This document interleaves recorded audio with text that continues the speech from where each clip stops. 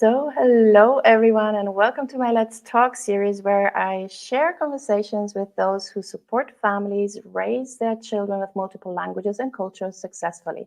Now, before we dive into today's topic, if you follow us live, please share your questions in the comments so that we can answer them. And I'm very happy and honored today to have Leanna Guillen Mora as my guest today. And allow me just quickly to share some background information about her.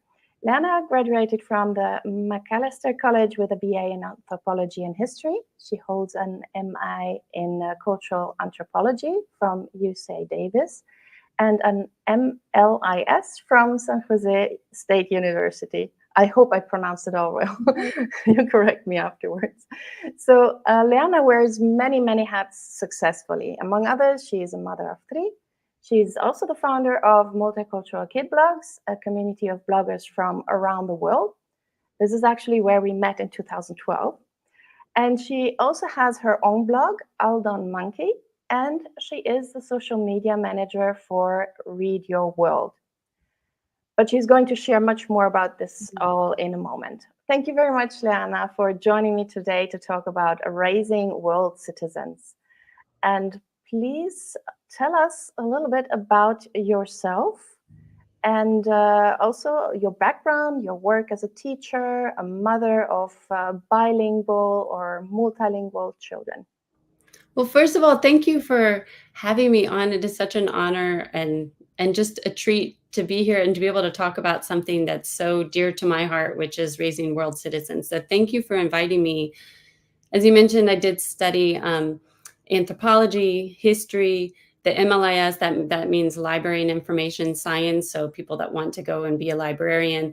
And even though I'm not working directly in those fields now, I feel like they influence everything that I'm doing, especially the anthropology, because I feel like cultures are the culture we're raised with has influences us so much. And I think the more that we're aware of that and we're aware of what cultural differences are, as you know, because you talk so much about intercultural communication, it's so important when we're talking about being a world citizen to understand kind of where everybody's coming from, where we're coming from, maybe our own biases that we're not even aware of. So that influences a lot of how I see the world today. And I also, my husband's from Costa Rica, and I lived in Bolivia for a year doing volunteer work. So I tend to kind of be oriented a little more towards like Latin America. And but we're, as you mentioned, we're trying to raise our children to be bilingual. We're teaching them Spanish, and we are living here in the U.S. I don't know if we mentioned that. I'm in California, but we're teaching them Spanish and also raising them with Costa Rican culture, trying to visit as much as we can. And that's something that was important to us from the very beginning. But as you know, the ideas that you have when you start and then how it ends up as you go along are sometimes very different. So I feel like I've learned a lot, and I've learned a lot from so many other people. And yeah, and that influences how we're raising our children and homeschooling. For those who aren't very familiar with homeschooling, I've been doing it since my kids were little, and partly because I wanted to be able to kind of create this whole curriculum around learning about other cultures, being concerned about what's happening in the world, and be able to put more of an emphasis on having some instruction in Spanish. And so that was part of the reason for that decision. And now we're kind of starting to transition out of it as my kids are getting older. They're switching to other kinds of education. My daughter is starting public school. My son's going to be starting high school. So we're at a slightly different stage, but I think in some ways being a homeschooler is always looking for those teachable moments. So that's going to continue no matter what formal kind of education they're doing. Yes, absolutely. Yeah, you mentioned that our children are growing up fast, right? Yes. So and I mentioned that you are the founder of All Done Monkey and also Multicultural Kid Blogs. The same year where I started actually the blog, my blog Expert Since Birth, and you had the All Done Monkey, and then you started the Multicultural Kid Blogs, and this is where we met, 2012. It's already 12 years ago. So let's take a moment and maybe talk about what made you create the blog and then also the website, and what has this all become over the past, as I said, 12 years? Yeah, it's so fun for me to look back on this. And, we were talking right before we went live on just how much the industry, if you want to call it that, has changed in the 12 years as much as our own families are changing. When this all started, I had a toddler, and soon after I started All Done Monkey, I found out we were going to have another baby. So it was just at a very different phase in parenting. This was the time of the rise of the mommy blog. So I was very influenced by that because I could see what all these other people were doing. And honestly, at the very beginning, I was a little bored. I was still getting used to being a stay-at-home mom after working at an office for many years. And so part of it is I just kind of wanted a creative outlet, and I wanted to connect with other parents. And so that was the main impulse to start it. But it's also kind of interesting because, especially in those early years, as a parent, you're doing kind of two main types of work. And one of them is this very physical labor. You're changing diapers, you're preparing food, you're doing tons of laundry. It's this very hands on kind of manual labor in a sense.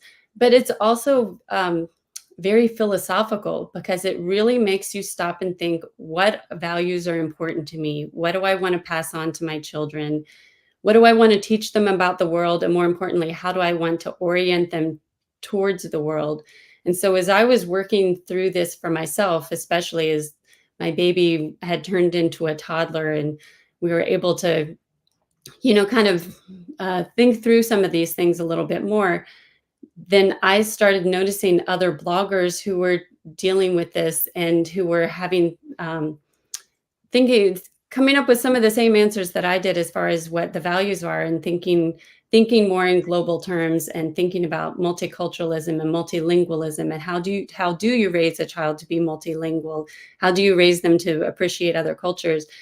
And so my blog, which at the very beginning was kind of just doing little crafts together, I look back on some of those early posts and it's so different than what I'm doing now. But as I was able to connect with these other bloggers, then as I started to kind of form a network, and then I thought, well, wouldn't it be easier if we just formed a Facebook group and then we could all talk together?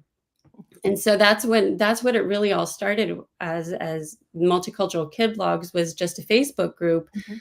for a handful of bloggers where we could all kind of talk to each other and collaborate. And if all of us kept inviting more people, and it grew. And by the end of 2012, I realized that on my blog, I could go ahead and get another URL. And I thought, well, wouldn't it be fun if we formed a website? And then it just kind of grew from there until to the point that now we're actually a nonprofit. And so we're kind of reaching another level. And it's interesting, now the emphasis is not as much on blogs, although I still think having a blog and a website is important. But now there's, the emphasis on social media. And so we've had to kind of adjust how we're doing things. Facebook groups are not as active anymore. So we've had to kind of shift how we're forming community and how we keep in touch with each other. But there's still that core group, I think, that are active together. And like I said, it's really about how we can connect with each other. I think what's interesting about MKB is that on the surface, it seems like many of us are doing very different things. Some people focus on travel. Some people, like yourself, focus on languages. Other people might focus on classroom resources or parenting or interracial marriage or transracial adoptions, so all these different topics. But if you really get down to these core values, that all comes down to raising world citizens, which we're going to get more in depth into what that means in a little bit. But so we all have this thing that unites us, and we're all kind of pieces of the puzzle about how you come at this larger issue. And and Multicultural Kid Blogs is a space where we can all come together and share what we're doing, but also maybe collaborate together like we're doing today.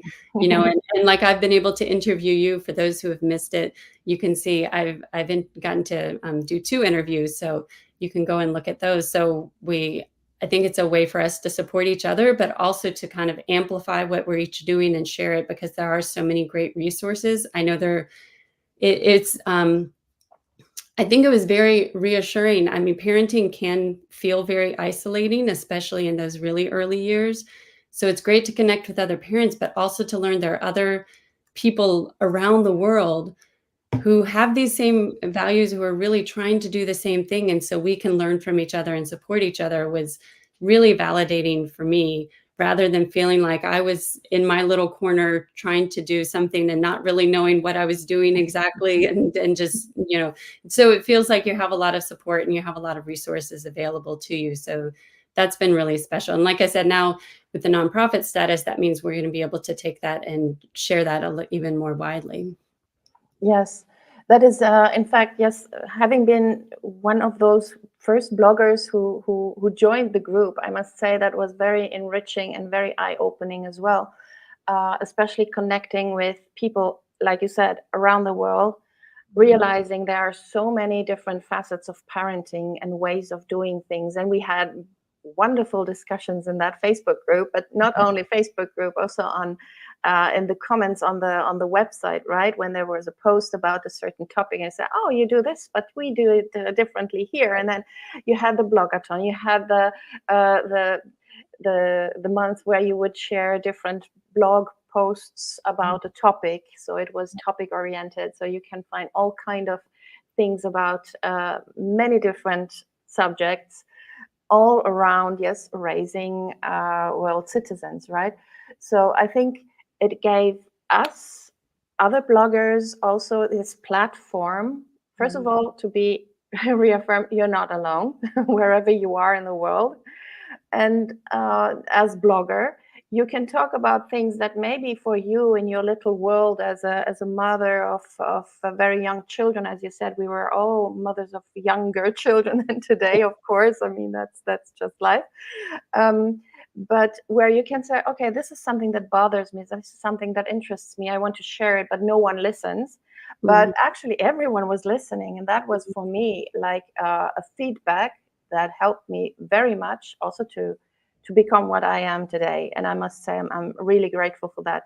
And also for that, the people around you. I mean, it's always a little bit like satellites, right? There's those who arrive, who come, who stay, and others who come and then go away. Or yes, we all evolve and develop and change. So, but the core sense of community and the sense of supporting each other is still there. And even if everything has a little bit shifted, like with everything, so it's maybe not so many who are still blogging, Right. but it's staying still connected with activities and things that you do.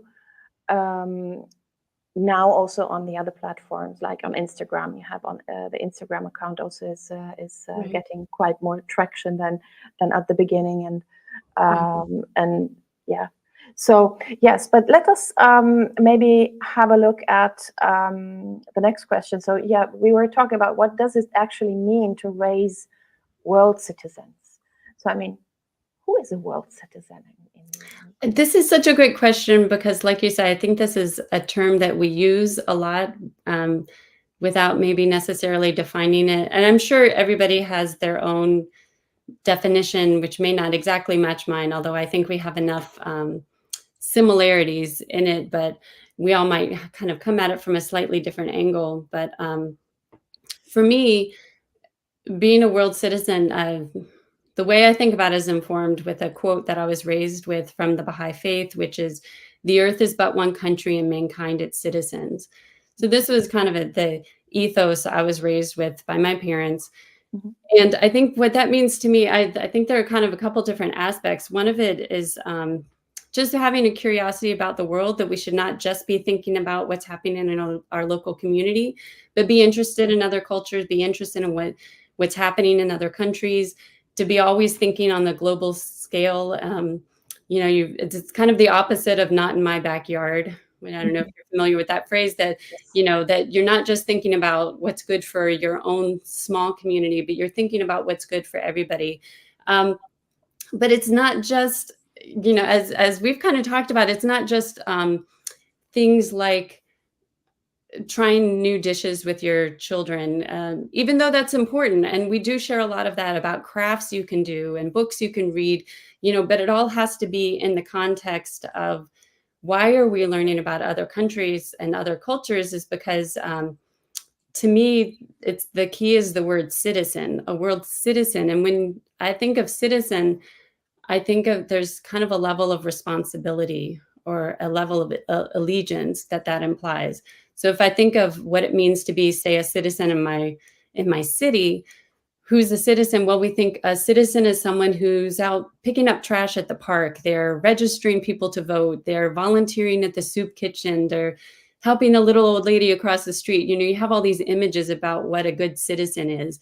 There's someone who's concerned about what's happening in their community and working to make it a place where everybody can thrive. And if we expand that to the level of the world, and think of ourselves. No, so that doesn't mean, of course, you should be very concerned about what's happening locally and you should be proud of your heritage. You should be proud of where you live. There's nothing wrong with having a sense of patriotism to where you're from or where you're currently living. Of course, that's wonderful, but it's in the context of being a citizen of the world. So I can be proud of where I'm from without thinking it's better than where you're from. So it's all about the larger picture and the larger context. And so being a citizen of the world means that you're concerned about what's happening in other places. You're active in making change. You're active in helping other people. And there's kind of the implication too of about justice, because you're looking at making sure it works for everybody, not just for your own small group of people or your family. So as far as raising children, I think, yes, you teach them to be curious and interested and excited in other cultures. It also, to me, it means like, what are they familiar with and comfortable with? For them, it's normal to have friends who are from somewhere else. It's normal to talk to people who have a different accent. It's normal, that they expect to make friends with people from other cultures, that's very familiar to them. And even if you're not living someplace that's very diverse, there are lots of ways you can do this. And I won't get too much into it because we share a lot of articles about that. But just to say, don't let that be a barrier, even if your local community is not very diverse, especially now with the internet. There's a lot of ways you can teach your children about other cultures and make connections. They can travel, they can have pen pals. There are a lot of different ways you can do that. But also to have this orientation towards service, to always be looking at the big picture and how, like we're all pieces of the puzzle. And so that they can be part of that. I think, so when we were little, of course, it was all about crafts and recipes we can make with our kids. And now that our kids are older, I'm thinking more towards the idea of as they are thinking, as teenagers, they're thinking about their life path. It's also encouraging them to think about how they can use their talents to be of service to others, and especially to think about on a global scale. Now, that can seem kind of overwhelming, but not it presented not in a way of overwhelming, but more of empowering. And MKB helps me think about it this way because we really have this network of people all over the world. And so if they see themselves as being a part of this vast worldwide community, and they get to be a part of that, and they get to be a part of the solution to all the troubles that are in the world. They can pick the part where they feel like they can make an impact, something they're passionate about. Maybe they're really passionate about climate change, or they want to work towards ending world hunger, whatever it is that's interested to them. Or, I mean, it can be so many different things, the way that works out, but to always be thinking about service and again, to be thinking on the larger scale, kind of the larger context of, even if they're doing something that's hyper local, where they are working, that still can be in the context of being a world citizen, because I don't know, in a way, that phrase, that think globally, act locally. Yes. I think that's something we can, although in some ways today, it almost is hard to separate those two, because it seems like everything is global and local at the same time. Like I'm sitting, in my house in Sacramento, and we're having this conversation, and we're half a world away from each other. So, that distinction maybe isn't quite as relevant anymore, but still, I think a lot of it is just kind of what your motivation is, and kind of, it's like giving your children the larger context. Why is the world set up the way it is? Is that fair, or is there something we can do to change that? And how can you get involved and be a part of it? Yes, I think you have given me so many keywords. It's very difficult to put them back again, like in a necklace, like kind of whole necklace.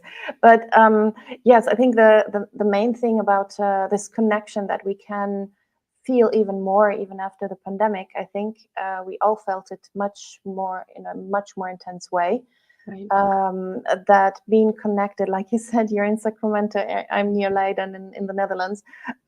We are practically on the same screen, Yeah. yes, on the same page somehow. Although our immediate context is quite different, but then again, very similar. Right. So focusing on the things that are very similar in a microcosmos and a macrocosmos, if you want to use these terms, is I think what is the key really to raise our world citizens, our children in this way.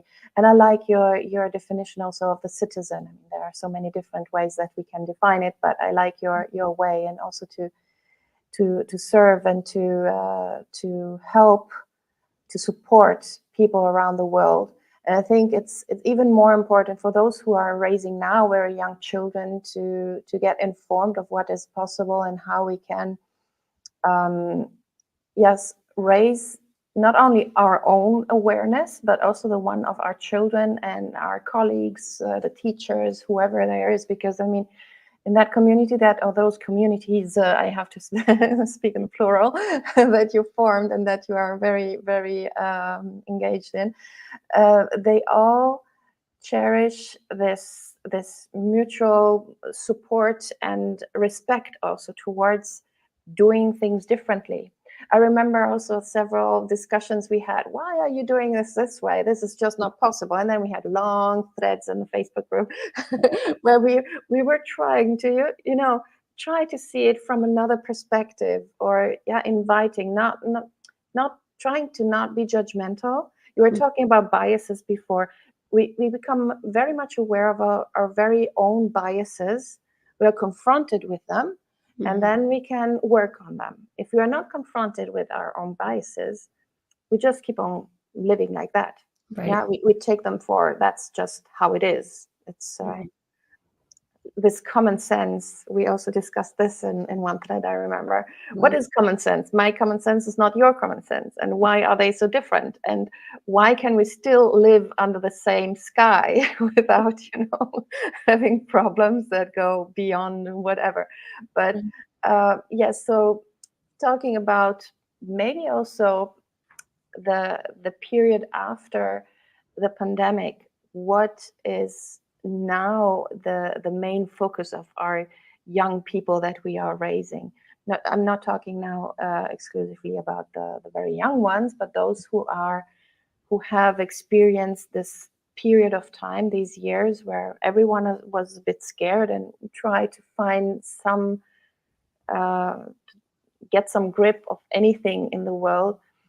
What will make them feel reassured, or like having a sense, a purpose in this world that is constantly changing? We have the climate change, you mentioned it before, Right. and all the changes going on, the political, socio-economic changes that our children become more and more aware of. So raising these world citizens, actually, it's like you said, it's the community saying we are all the same under the same kind of, yeah, the world is from us all. So Right. what happens in Sacramento can have an effect on someone living where I am, right? Well, just to take the Yes. example of George Floyd in Yeah. 2020, that was something that happened in Minnesota Yes. that had huge impacts all over the world in ways that I think were not you would not have predicted. That it really made so many countries think about, okay, well, what are the biases that we're dealing with? What are the injustices happening in our community? I mean, it had this huge ripple effect. And to go back to your point, which I think is a really great one about thinking about our children as they see these huge problems with the pandemic, with injustice, feeling like they have a role to play. is important because I think one of the trends that we see, and I think about this again as my children are as we're moving into the teenage years, is that I think our children and our youth are really undervalued, and that what they are mostly getting is that they need to be entertained. And so, so much of what is out there is about entertaining them. And it's so easy. I mean, it's so fun, like video games and all of that. And I don't mean to disparage that because that is fun and they're kids, they should be allowed to do that. But they also need to realize that they have a role to play and to be thinking kind of how they can participate and take part because they're also so idealistic, or they can be. Um, and I think sometimes that gets squashed and they become cynical very early on. And so I think one way we can kind of protect against this is by having them get involved and seeing, you don't have to be an adult to make an impact in your community, as we see with so many young leaders these days who actually were very young when they got started, that they have a voice and it's important. And there's more to them than just playing video games. There's more to them than just being consumers. They can also have an impact. And maybe it's through social media, and because some of them they have like YouTube channels, or maybe it's through that, or maybe it's through getting involved doing something, getting involved with an organization. But I think a lot of young people don't really have a sense of purpose, and they feel a bit unmoored, and that can manifest in a lot of ways that are very destructive, either to themselves or to other people. And so I think, giving them this kind of sense of a purpose of, if being a world citizen is that you have a role to play in making the world a better place. Your voice is important, and we need your voice to make the world a better place, that we're all pieces of the puzzle, and that you are a very important piece. And if we don't have that piece, we can't finish the puzzle, that you have something important to say that only you can say. And I think that a lot of times kids, they have the things they're supposed to do, they do their homework, they do their chores, and then they just play, as opposed to thinking, what can I be doing? And again, I don't mean to say like that they shouldn't have time just to play, because we want them to be kids, but just to have them have like a sense of purpose and a sense of mission, and that they're going towards something. Because I think a lot of kids, they do feel really hopeless. And one thing that I've learned from getting to do all of these interviews, which we'll get into that a little bit later as part of my work, is actually that one reason people feel hopeless is if they don't feel like they have something to look forward to, if they don't feel like they have a purpose. So we need to make sure that we, and it can be in a fun way. It can be like through groups of friends. So, it doesn't, not like in a sense of making it like work, but give our children a sense of purpose and a sense of mission, and a sense of kind of the importance of their role and their voice, and not just be dismissive because they're young, or to think that their dreams aren't important. I had this one interview with someone who, she's all about encouraging kids to follow their dreams, and she asked me, what is your child's dream? And my daughter was 6 at the time, and so afterwards I asked her, I said, what is your dream? What do you want to be when you grow up? And she said, I want to be a cat. I said, what? She said, I want to be a cat. And I went back to this woman. This is from Makeaway Media, which is another place I do IG lives. And she's a therapist. And she said, don't laugh it off and to be dismissive. Maybe she's going to be a vet.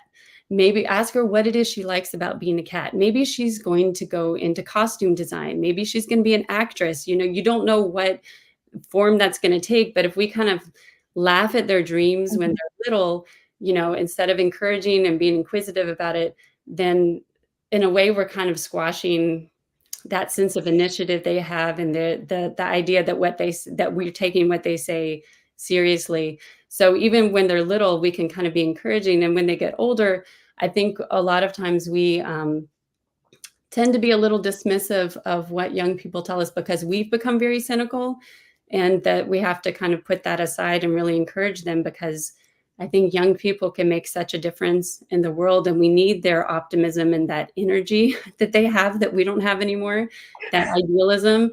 And so it starts from a very early age of really listening to what they're saying, and not not kind of laughing it off, but to really take it seriously and see how we can support them. So Yes. No, yes, this encouragement, I think that's a very, and staying curious ourselves. Because right. sometimes, yes, what do you mean with you want to become a cat? Maybe Yes. it can be anything, right? So Right. I think it's also has to do with a lot of empowerment. I think many children or young people, tweens, teenagers, and young adults are also a bit discouraged by what they see around them. So giving them some kind of you talk about mission, you talked about encouragement, empowerment as well, Right. giving them a purpose or letting them know that they can contribute and they need to contribute. We need their contribution. We're all getting older, so like you said, maybe our energy is not the one that it was 20 years ago. Maybe it is, but with their energy and their ideas, we can find out so many more interesting things. I'm always amazed about what young children and young adults can bring to the table. So that's something that will always amaze me, and I think we have this in common. So you said, well, with Read Your World now, I would like to talk briefly about that. So maybe a little shout out to those who are following us live. Please don't hesitate to ask your questions in the comments or also to just say hello or uh, share your experiences in the comments. I'm more than happy to share them with Leanna now. But how do you want actually change the world one book at a time at Read Your World? Great question. And so, if we think about multicultural kid blogs as kind of this almost this umbrella that involves many different aspects and ways of Mhm. raising world citizens, Read Your World is really laser focused on literacy and books, which is, I think, such an important piece of this puzzle because, like I said, a lot of us don't live in communities that are very diverse, or maybe you do, but maybe, for whatever reason, maybe you don't have a direct connection. And books are such an important way to learn about other cultures or to see your own reflected back at you, for especially a lot of marginalized groups where maybe they don't see themselves in mainstream media or that they see a lot of negative stereotypes. Books can be a great way to really reinforce their culture in a really positive way and help them be seen. So books are so important. And at least what's happening here in the US is there's so much going on with book bans that they're actually removing books from libraries and challenging books being taught in the classroom. So right now it's become a very hot topic because it's really a way of controlling what information and what images and what representation children have access to. And it's so important for them to have access to these books because it really opens your mind to so many different cultures and to ways of seeing the world. And you can travel, you can travel all over the world through books. And it really, it's hard to overstate how important they can be. And I have interviewed so many people who, as adults, who talk about how important it was for them as children and how important it is when they go visit children. These are authors who go out into the community and talk to children about share their stories and how empowering it is for kids to get to meet them and to share their own stories. I mean, it's this really it has kind of a ripple effect on the children and their communities. And learning languages, books are a really fabulous way to do that. And so to change the world one book at a time means the more we can get these really great diverse books into the hands of children, then that empowers those children and therefore they can have effect on their community. And so it really is kind of opening up the world to them and empowering them to change the world. So if you think of books as being the tool, we have to get the tools in the hands of the kids if we want them to be these world citizens and to change the world. And so Read Your World also just recently became a nonprofit.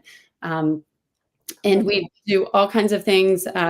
I do IG Live interviews with authors and illustrators, sometimes even publishers of diverse books, and really help promote them and get the get their word out about the books that they're doing and kind of trying to support them. And also to get books into classrooms. We send uh, kind of kits of books to teachers to make sure that they have access. If they're having trouble getting access through the school library or the local community, we're making sure that they have diverse books, and sometimes linking them up with authors that can do virtual visits or in-person visits.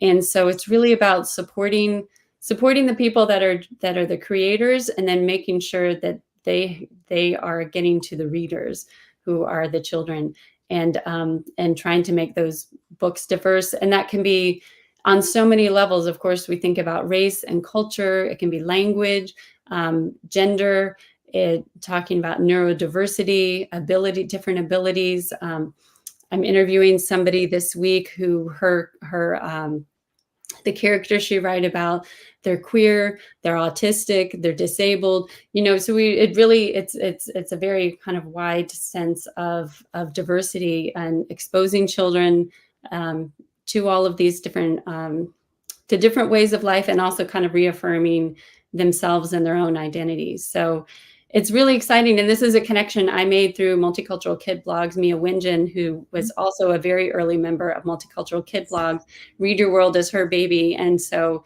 I got the opportunity to work with her because of knowing her through MKB. So that's been something really exciting. And we have an auction going on right now. So an easy way, if you want to support Read Your World, is to go to the auction, which you can get all kinds of fun things. I just bid on something this morning, a signed copy of a book that my daughter really loves. And so now we're going to get a copy signed by the author, or virtual author visits for your children's school, or they have toys, language lessons, like all kinds of things on there. So yeah, that's been something that's been really gratifying and really fun to work with. Yes, and it's very important to do something like that. I wish it would be available in many languages, as you know, as I always emphasize the multilingual aspect of it, because what you say is very important in the US at the moment, due to these book bans and all kind of other things happening, is important around the world. So again, we are thinking about the world and different languages, different cultures, and the way also to open the minds towards being different, thinking different, or thinking just from another angle, from a different perspective, that actually then opens the mind and makes it like 360 degrees instead of sometimes only just 40 degrees in some people. So I see it that way. But and yes. like you said, we do try. I mean, Read Your World is based in the US, and those of us that work on it are mostly in the US, but we've really tried to include international. I've gotten to interview you and Yoshito, Amanda of Miss Panda Chinese. So a lot of bilingual books. I'm trying to think, there are other Frances in our group who has bilingual book, so we are trying to kind of think internationally, and also because multilingualism is such an important aspect of it.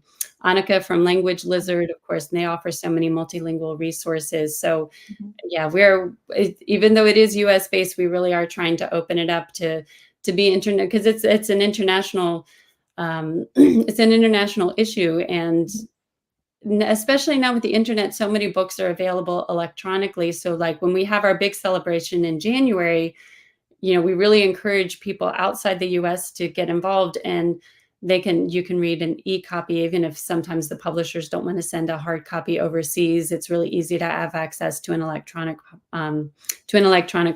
copy of it. And we even have a kind of a branch, if you want to call it that. We have several members that are in Greece, and they hold this amazing celebration.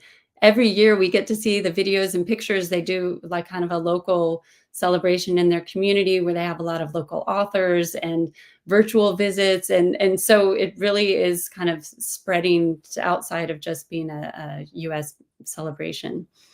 Yeah, you just gave me an idea. There's so many places where we could actually do it. And let me just quickly remind what date we are talking about. It is the 25th of January, right? Where you celebrate the Read Your World Book Day. Yes, it's a different day it used to be a fixed date, but it's the I believe it's the last Thursday of the month. So Okay. it might change from year to year because it used to be the last Friday, and then we realized that was really hard for Jewish members who Friday night they're Yes. um, they're of course busy, and so we changed it to last Thursday. Unless sometimes I think one time that conflicted with Holocaust Remembrance Day. So always pay attention to when it is, but it's the last Thursday in January. In January, exactly. So we put that in our agenda from 2025, 6, 7, etc. Yes, and it used to be something that was just once a year. It was Mhm.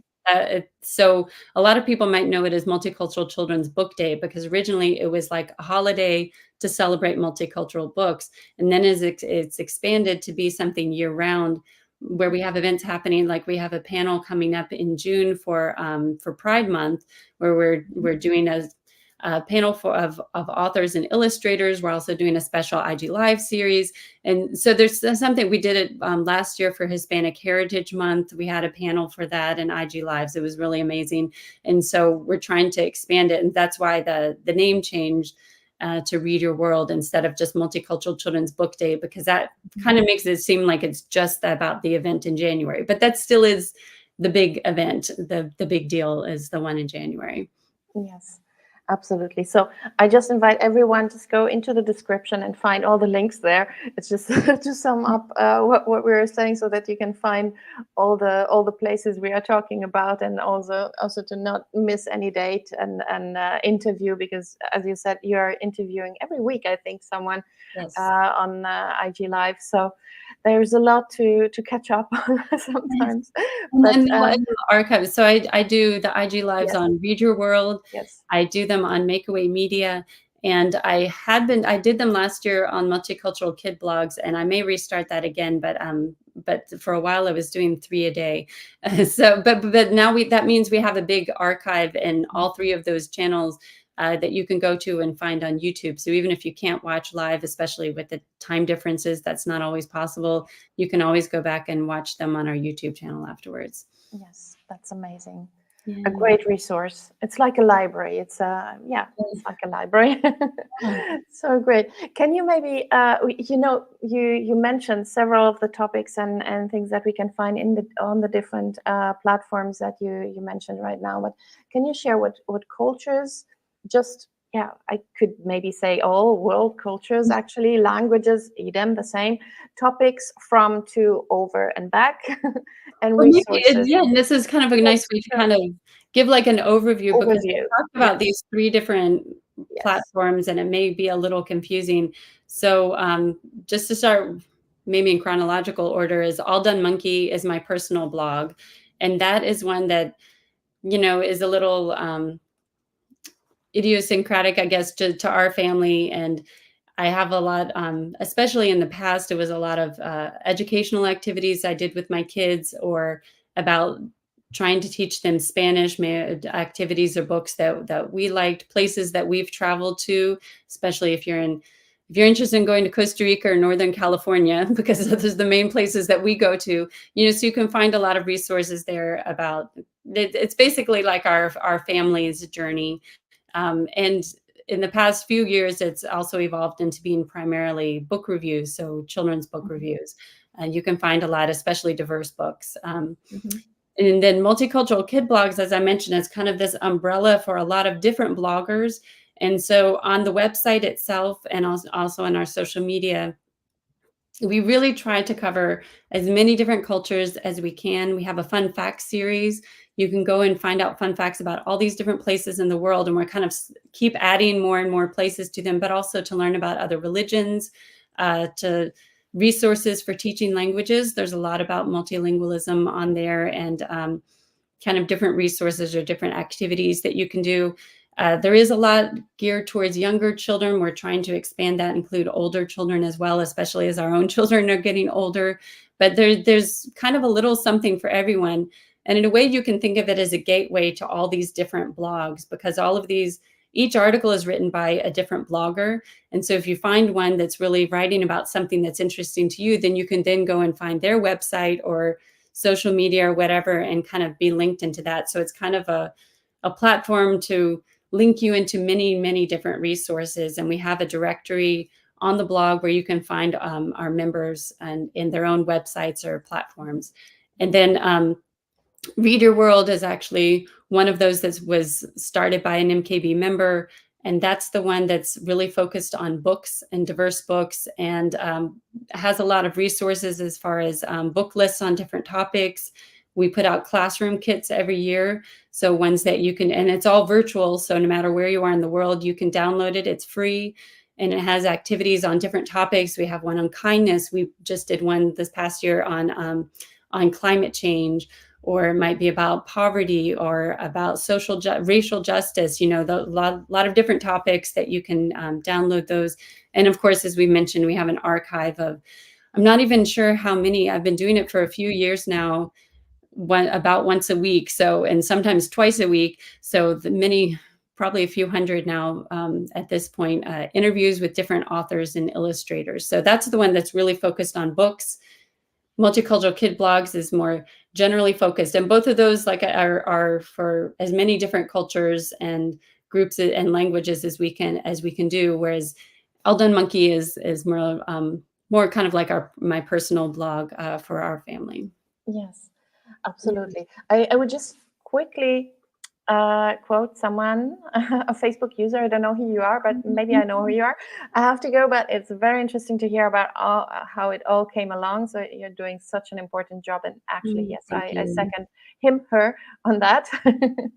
And I'm very much aware of the time that's passing. So can we just quickly remind the next initiatives and projects that you have? You were mentioning that you have this initiative that is until the 15th of April, right? Yes, until the 15th of April. So just a few more days. This coming Monday is the end of the auction. That's kind of our focus right now for Read Your World.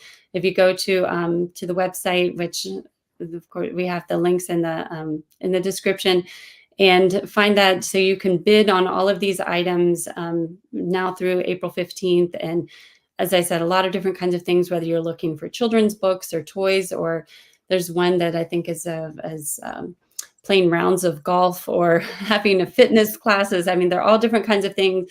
They're really fun, unique gifts, artwork, sometimes custom artwork that you can bid on and know you're supporting a cause. And then over the summer for Read Your World, we also have this panel and IG Live series for Pride Month. And both of those, Read Your World and Multicultural Kid Blogs, are now nonprofits. So if you want to make a donation, or if there's or if you want to, you can do fundraisers through Facebook if you want to help us out, because they really are both about sharing these resources and getting them out to other people. And so that's been really exciting. I think that's for both of them has just happened in the past year. So yes, yeah, it's amazing. So everyone who's following, I also share these on my Facebook groups and Instagram, etc. So thank you very, very much, Leanna. Gracias. Danke, merci. Dankjewel. I don't know. Thank you so much for taking the time to talk about raising world citizens today. And I would also like to thank those who are following us or have followed us for being there. I would also like to thank you, Leanna, for the fantastic work you do for all the families, and through your platforms, you really make a great difference. And I would like to express my deep gratitude, as we all need the motivation, the encouragement, like you said before, and the community that supports us. So thank you very much for creating them and for keeping up with. You said you have less energy, but actually I see you have energy for 5-6 people in one. So I don't know how you do it, but thank you very much. And yes, please, for everyone who is watching maybe the recording, please keep on sharing what we have shared here with people who might be interested or might be profiting from it. And keep the conversation going, keep sharing the valuable content and resources, and let's keep up on supporting each other. Thank you very much, Leanna, and tot de volgende keer, maybe the next time. Thank you so much, and thanks to everybody who's watching. Thank you.